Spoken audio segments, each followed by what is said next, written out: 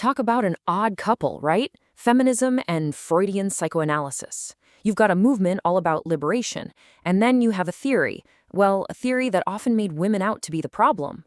And yet, for over a century, these two have been locked in this intense, difficult conversation.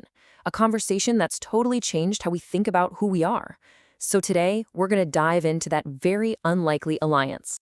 And to really get the tension here, you have to start with the man himself, Sigmund Freud. This is from a lecture he gave in 1933, where he's talking about the riddle of femininity. And he just comes right out and says it. He calls women the problem. I mean, with a starting point like that, it just makes you wonder. Why on earth did they even bother? Why not just toss Freud in the dustbin of history and move on? That is the big question we are going to unpack today. And the answer, it turns out, is a lot more surprising and a lot more important than you might think. So, here's our game plan. First, we'll get into Freud's original, super controversial theory. Then, we'll see how early feminists fought back. After that, and this is where it gets really interesting, we'll explore how they started using his own ideas against him. And finally, we'll look at the powerful idea this whole strange partnership leaves us with today. All right, let's get into it. To understand why anyone would engage with Freud, you first have to understand his theory of how we become men and women. And yeah, spoiler alert, it is deeply problematic.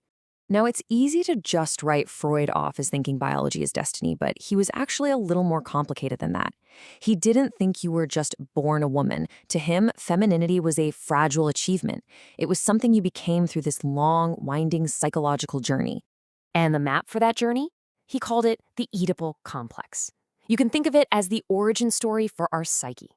It's this little family drama of love and rivalry that plays out in our unconscious. And according to Freud, it's what slots us into our gendered place in the world.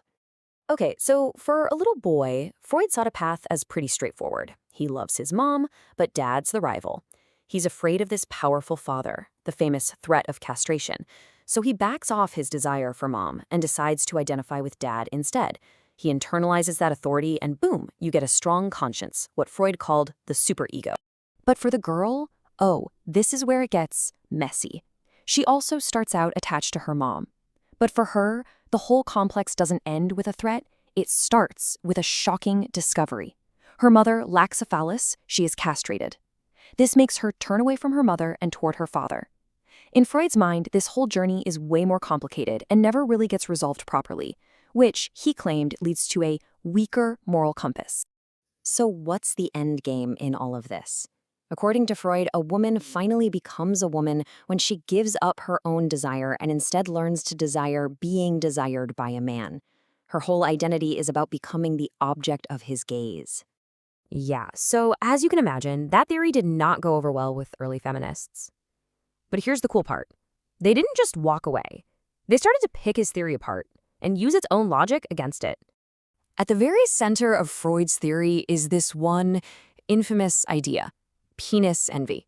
For him, this was it. This was the moment that defined a girl's entire psychological future, the realization of anatomical difference. But, the pushback started almost immediately, even from within his own circle.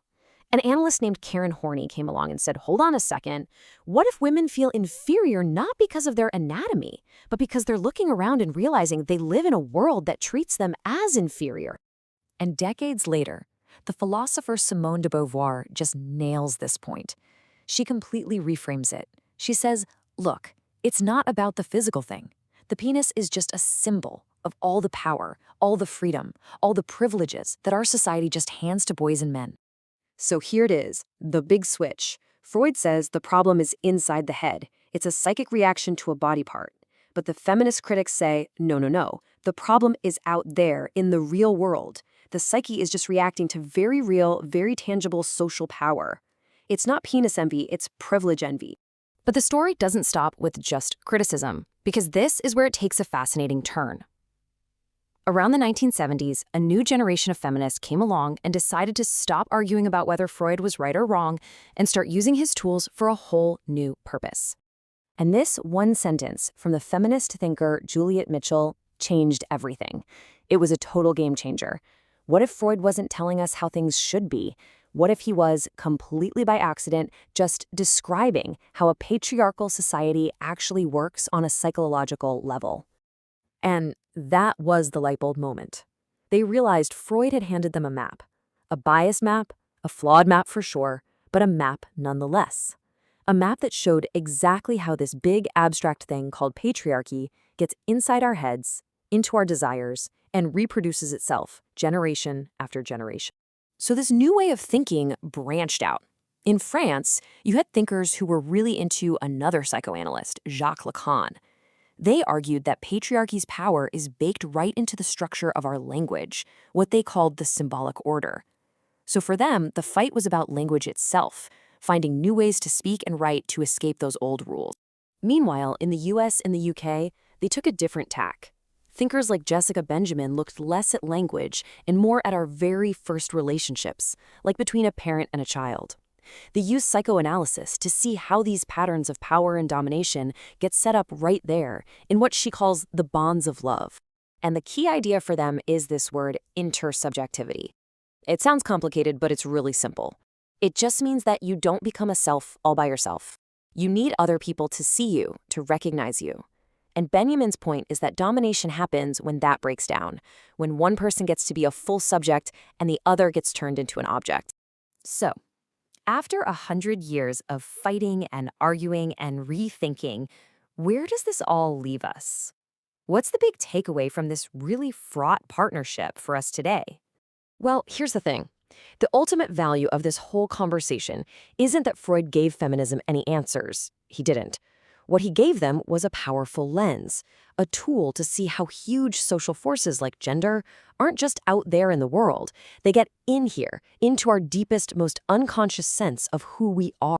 And maybe the most radical idea to come out of all this is a whole new way of thinking about, well, us. It tells us there's no such thing as a fixed, final self. We're all a subject in process. We're constantly being shaped and reshaped by our relationships, by our culture, by the world we live in. We are never finished. And that leaves us with a final, pretty massive question. Because if it's true, if we are all a work in progress, constantly being molded by the world, it forces us to ask, right here, right now, what are we all becoming? And maybe more importantly, what do we want to become?